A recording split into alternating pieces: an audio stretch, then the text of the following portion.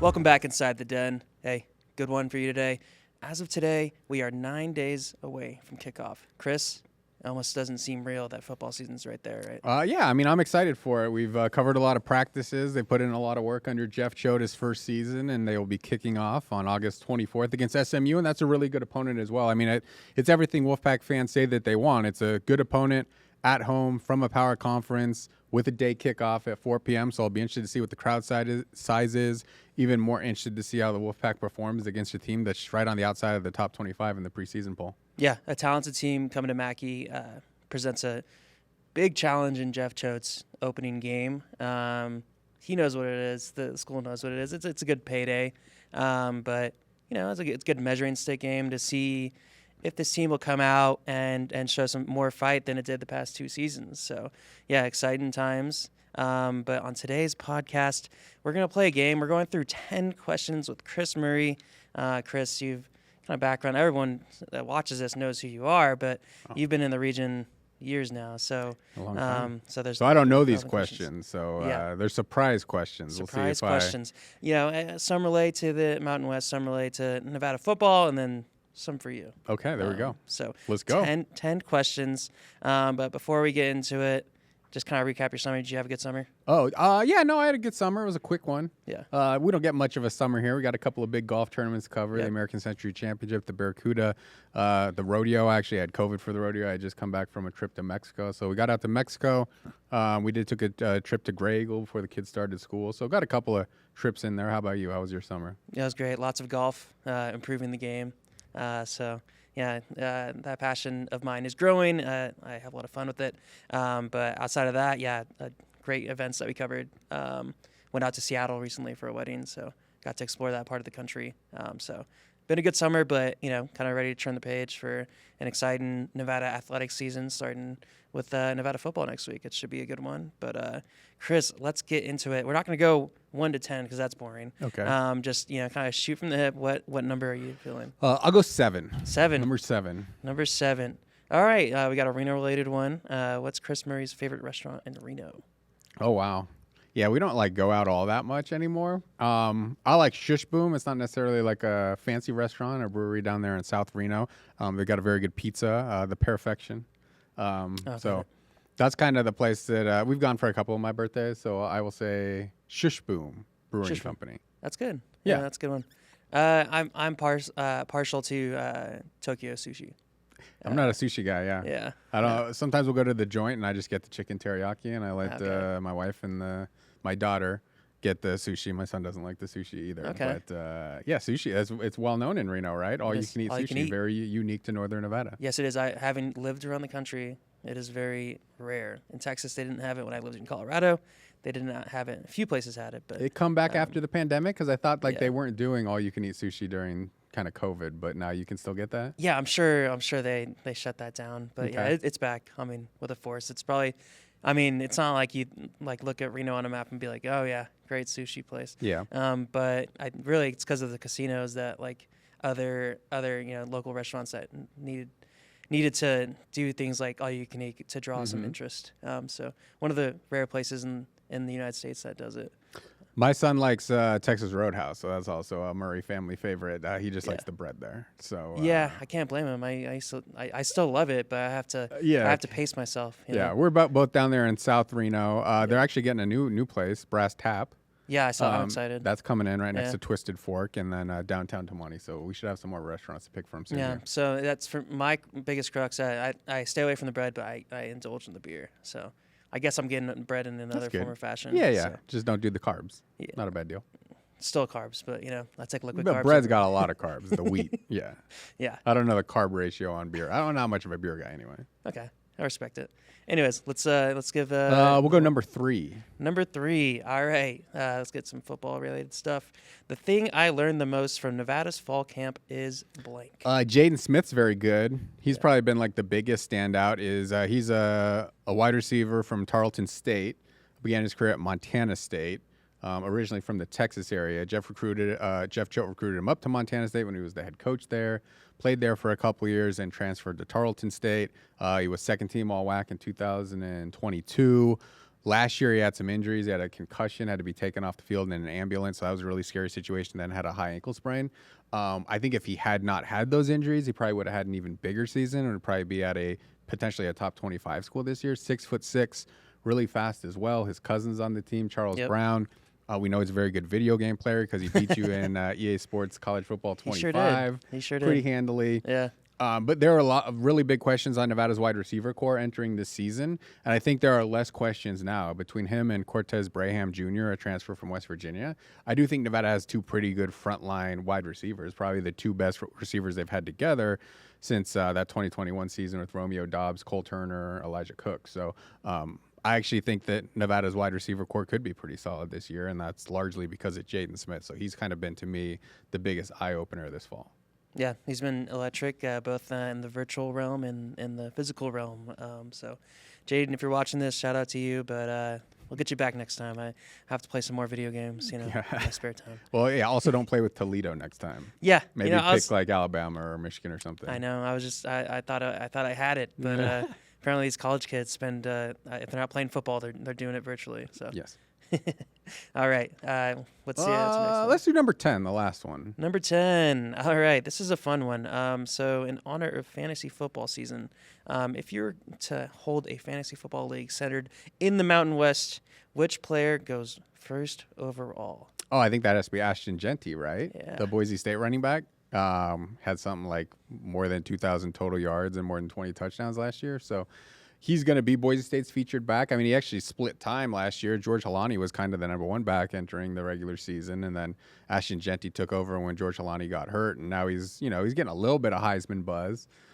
He's obviously going to have to do something ridiculous, like 2,500 yards and 30 touchdowns to be able to get invited to New York. But Boise State, they're usually a run-first team. This is a guy who could have hit the transfer portal, probably made $500,000 to go to a top 25 school. Opted to stay there at Boise State. I'm sure that they incentivized him in NIL as best as they could, but that guy is like pretty clearly the best offensive player in the Mountain West at the running back position. I would say Torrey Horton's pretty solid as well. Wide receiver, formerly at Nevada, now at Colorado State. I think he'll put up big numbers. He's had back-to-back 1,000-yard seasons with the Rams. Probably will put up, 13 to 15 touchdowns, and I think he's a really good punt returner as well, so you'd get some points that way. But, given how fantasy football is played now, you don't have a lot of number one running backs who get like 25 touches. Yeah. So I think being able to lock in Ashton Genty, if you're doing a Mountain West fantasy league, he's definitely the number one pick. It's a no-brainer. If I were doing PPR though, then you'd have an argument for a Torrey Horton or a Ricky White out of UNLV. Mm-hmm. But the strategy may vary depending on the leagues. Do you join much leagues in the season? I do one through my wife's work. They're not necessarily like big sports fans. My wife works at a wound care center at Northern Nevada Medical Center. So there's actually a trophy that's a foot that goes to the winner. We've done it 3 years. I made it to the championship game last year. I lost by like half of a point on a dump down pass to the Vikings running back, another former Boise State running back, Alexander. Madsen? Yeah, Madsen. Yeah. Mm-hmm. So we were actually in Vancouver, and I was watching that game, and it was like fourth quarter, a minute left, dump down pass to him, got him that point per reception, ended up losing by half a point, kind of punched the bed that I was sitting on. But no, that's fun. So yeah, I used to be in a little bit more competitive leagues with money on the line. I think we do $20 each, but just to have some interest in the football season, I do that. Yeah, we're changing our league. I mean, we have a 12-team, $100 buy-in. We did PPR last year, but scaling it back to half PPR, just kind of you realize how I don't know, unbalanced the scales are. If you get a check down like that for 1 yard, you still get 1.1 points. It's like, it doesn't make sense. So I think half PPR is a nice little balancing act there. So we'll see how it goes. Love fantasy. It's a fun thing to do just throughout the season. But I've played it since I was a little kid. We used to have we'd have our team, but we'd have to write the names on an index card. My dad would get the paper the next day, and then he would go and score it. So I've probably been playing fantasy football for like 30 years at this point. Yeah, my dad as well. He told me about just doing that, just writing your picks down, tracking it in the newspaper the next day, just being like looking at all the stats. A little easier to do now.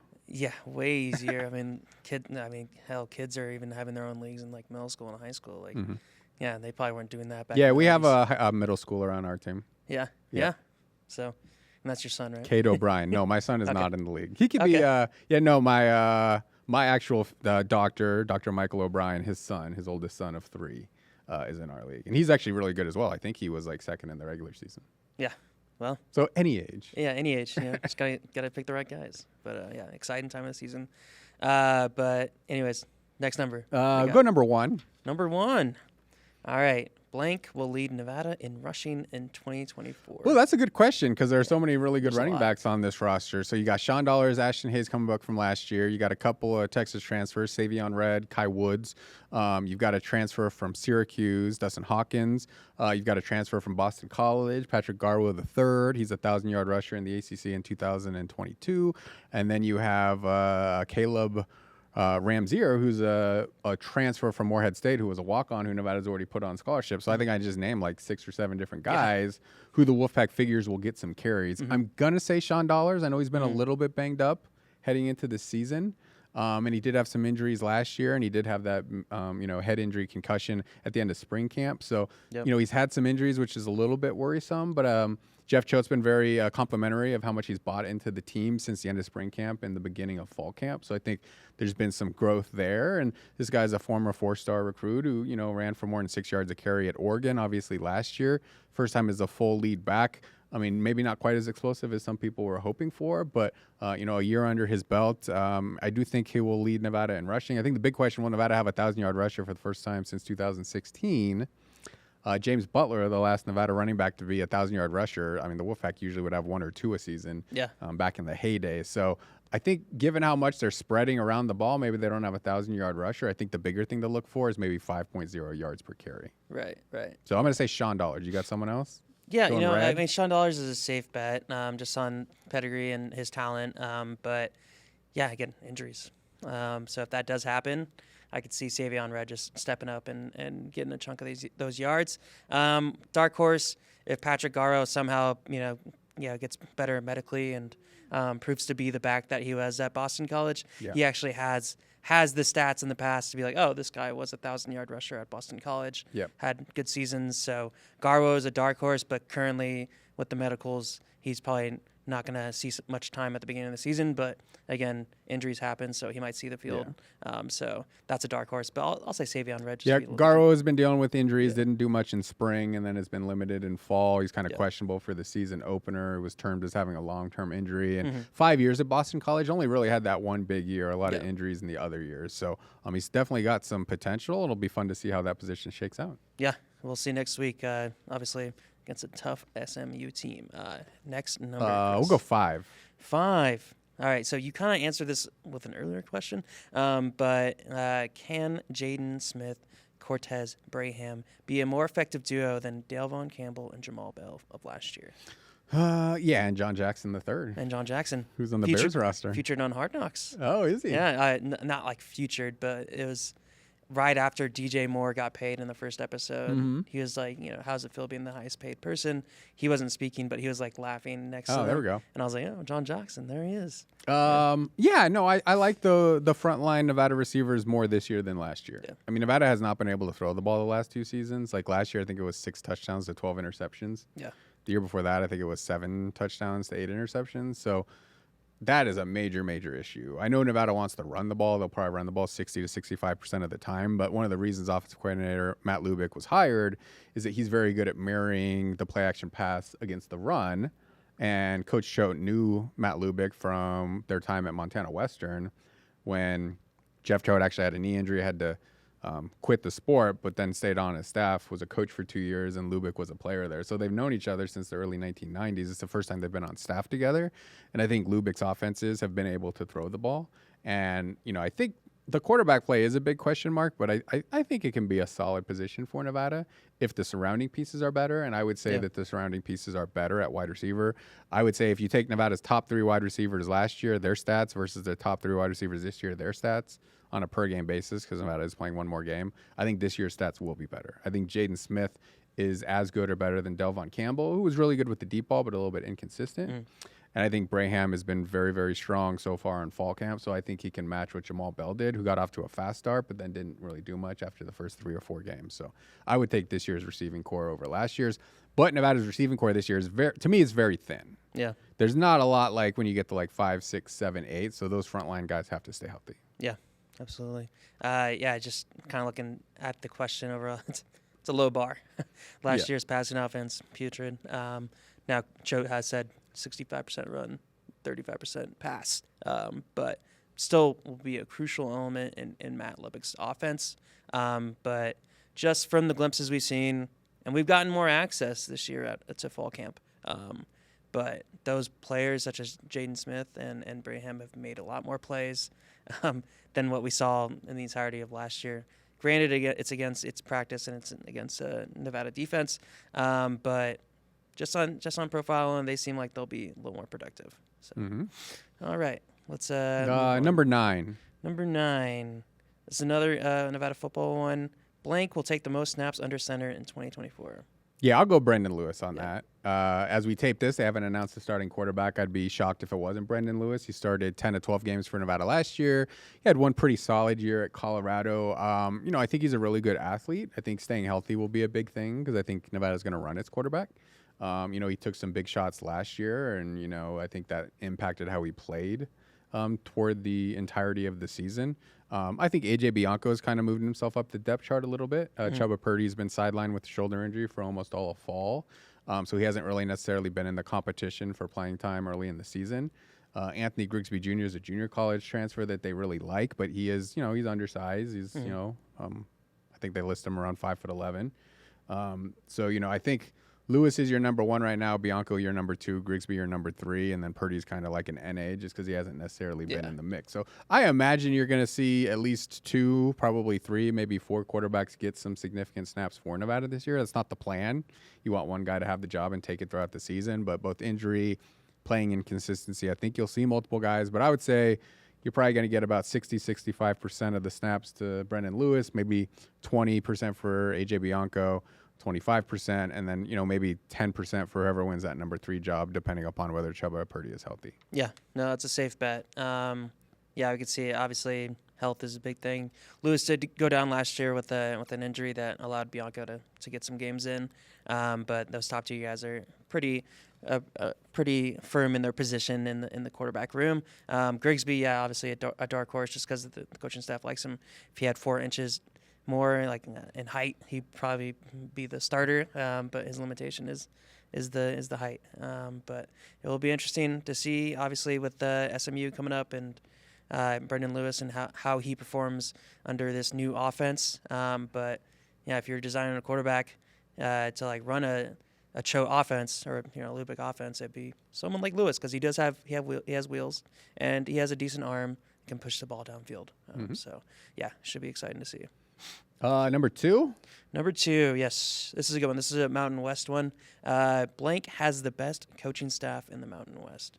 I would say Air Force. Yeah. I mean, it's funny because there's 12 coaching staffs in the Mountain West. I think Air Force is the only one who's been on the job for more than 2 years at this point. Everyone's new. I mean, Timmy Chang at Hawaii, Jay Norvell at Colorado State have both been there 2 years. I think you got 7 new first-year head coaches. Yeah. Got 2 interims in there. So I just think you have to take the guy who's been doing it for 20 years and year in and year out, Air Force is going to a bowl. Of late, the standard's kind of been more or less 10 wins. Yeah. And it's not that easy to win at one of those military academies. Obviously, they've got a scheme advantage, but, they always have probably the least talented roster in the Mountain West if you're just looking at pure talent because of the requirements to get into that school. Yeah.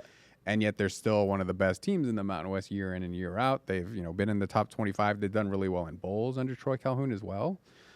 They've had a lot of cohesion. They don't lose a lot of assistant coaches or coordinators as well, so that certainly helps.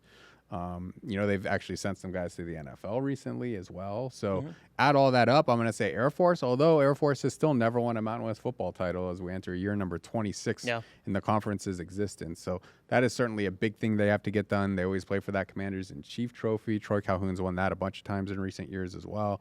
So that's my number 1 coaching staff in the Mountain West. No, that makes sense. I mean, the leadership of Troy Calhoun has led to much success for the program.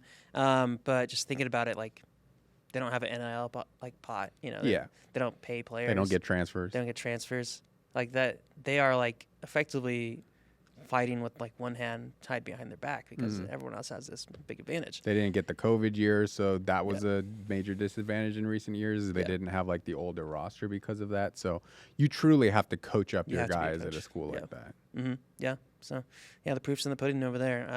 But yeah, I mean, you know, if we're looking at another potential coaching staff, it would be Boise State, just considering like the coaching tree that's come out of there. Obviously, Spencer Danielson's a little young, but just the success that they've had throughout the years, it's you're gonna have some good coaches out there in Boise. So that would be like my second team. But I'm not gonna bring up Norvell because whenever we bring up Norvell, it's I mean, I think Jay's a really good recruiter, and I think he's got a really good offensive system. I think it's to be determined whether he can like maximize his talent level because at Nevada he's probably had the best roster in the Mountain West in 20 and 21 and didn't get to a Mountain West championship game.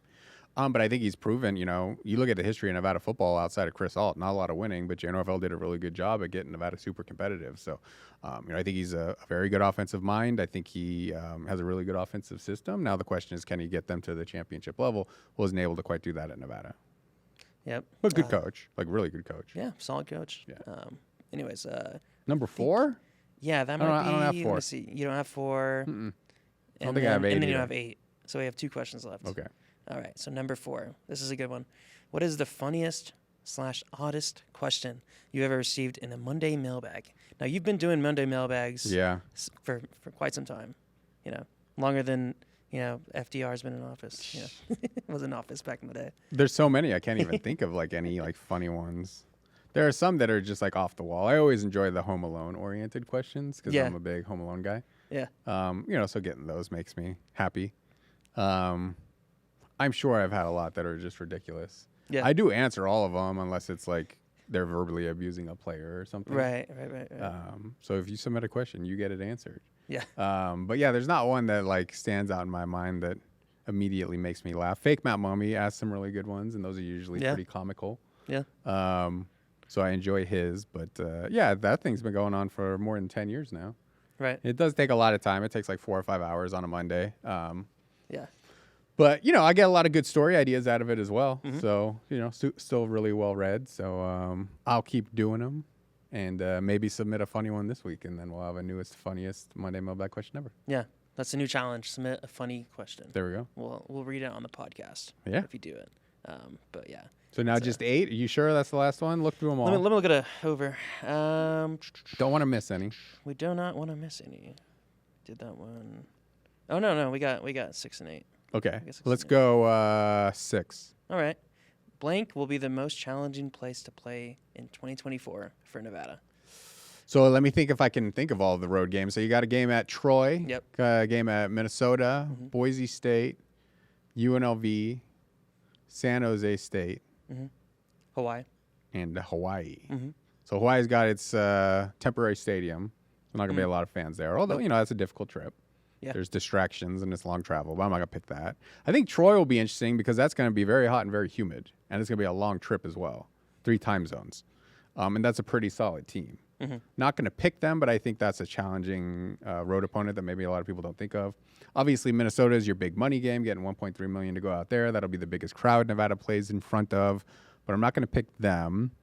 San Jose State, that's not the most strongest fan base out there. So and you get some home fans that travel there. Yeah, and it's a close drive. They will have to more than likely bus, so that's a little bit of a different challenge. Right.